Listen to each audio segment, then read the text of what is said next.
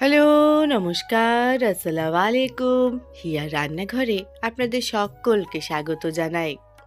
আজকে আমি আপনাদের সঙ্গে শেয়ার করছি মাখা সন্দেশের একটা ভীষণই ইজি এবং টেস্টি রেসিপি। আর যার জন্য আমি নিয়ে নিয়েছি পনির। আপনারা চাইলে এখানে পনিরের পরিবর্তে ছানাও ব্যবহার করতে পারেন। তবে ছানাটাকে ভালো করে ধুয়ে জল ঝরিয়ে নেবেন। লাগছে খানিকটা দুধ পাউডার, লাগছে খানিকটা গুড়, আমি এখানে খেজুরের গুড় নিয়েছি, অবশ্যই খেজুর গুড় নেবেন। লাগছে দুটো এলাচ, খানিকটা চাল গুঁড়ি যেটা হলো একটা সিক্রেট ইনগ্রেডিয়েন্ট, আর লাগছে বেশ খানিকটা দুধ। এই মাখা সন্দেশ বানাতে যে উপকরণগুলি আমি ব্যবহার করছি তার পরিমাণ আমি ডেসক্রিপশনে দিয়ে দেব, আপনারা প্লিজ ওখান থেকে একটু চেক করে নেবেন। আমি পনিরটাকে গ্রেট করে নিয়েছিলাম ঠিকই, তারপরেও হাতের সাহায্যে একবার দেখে নিলাম বড় কোনো গোটা বা দলা আছে কি না। তবে পনির বা ছানা যাই নিন না কেন, খুব বেশি কিন্তু এটাকে চটকানো চলবে না, তাতে কিন্তু টেক্সচার খারাপ হয়ে যাবে। এখন আমি কড়াইতে নিয়ে নিয়েছি দুধ, আর তার মধ্যে দিয়ে নিচ্ছি দুখানা এলাচ, যার মুখ আমি ফাটিয়ে নিয়েছি। অবশ্যই এলাচের মুখ কিন্তু এখানে একটু ফাটিয়ে নিতে হবে। তারপর আমি এর মধ্যে এখন দিয়ে নিচ্ছি বেশ খানিকটা খেজুর গুড়, দিয়ে এটাকে খুব ভালোভাবে নেড়ে নেব। এখানে একটা কথা বলে রাখা খুব দরকার, সেটা হলো যদি আপনারা ছানা ব্যবহার করেন সেই ক্ষেত্রে ছানাটাকে কেটে নেওয়ার পরে খুব ভালোভাবে ধুয়ে কিন্তু জল ঝরিয়ে নিতে হবে।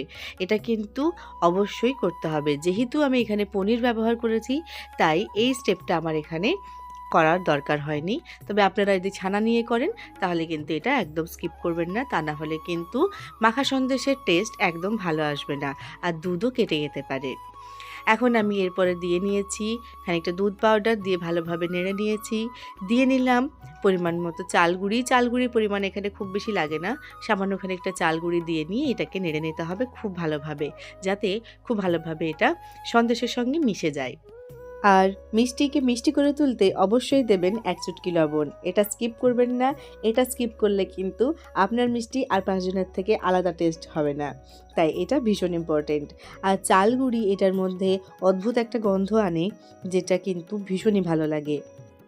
আপনারা যারা আমার ভিডিও দেখছেন প্লিজ আমাকে জানাবেন আপনারা মাখা সন্দেশকে স্পেশাল বানাতে কী উপকরণ ব্যবহার করেন, বা আমার মতো চাল গুঁড়ি ব্যবহার করেন কি না। তো যাই হোক, কথা বলতে বলতে মাখা সন্দেশ একেবারে রেডি। আপনারা চাইলে এটাকে ওইভাবেই সার্ভ করতে পারেন, বাটির মধ্যে দিয়ে ফ্রিজে ঠান্ডা করে উপর থেকে ড্রাই ফ্রুটস ছড়িয়ে সার্ভ করুন মাখা সন্দেশ। আর আমি ভাবলাম যে এটাকে একটু সন্দেশের শেপ দেব, তাই আমি একটা প্লেটে ঘি ব্রাশ করে নিয়ে তার মধ্যে মাখা সন্দেশের মিশ্রণটা দিয়ে নিলাম। এটাকে খুব ভালোভাবে ছড়িয়ে নেব, তারপর ঠান্ডা করে নিয়ে এটাকে চৌকো পিসে আমি কেটে নেব। আর বাইরে থেকে মিষ্টি কিনে খাওয়ার কোনো দরকার নেই। যে কোনো ছোটোখাটো পার্টিতে বাড়িতেই বানিয়ে ফেলুন, একদম কম খরচে, ভীষণ কম সময়ে এবং সাধারণ উপকরণে দারুণ স্বাদের মাখা সন্দেশ। তাই আপনাদের সঙ্গে রেসিপি শেয়ার করছি, আপনারা বাড়িতে বানান, সকলে মিলে এনজয় করুন। আর আপনাদের কেমন লাগলো সেটা অবশ্যই আমাকে জানাবেন কমেন্টের মাধ্যমে। আপনাদের কমেন্ট আমার কাছে ভীষণ ভীষণ গুরুত্বপূর্ণ।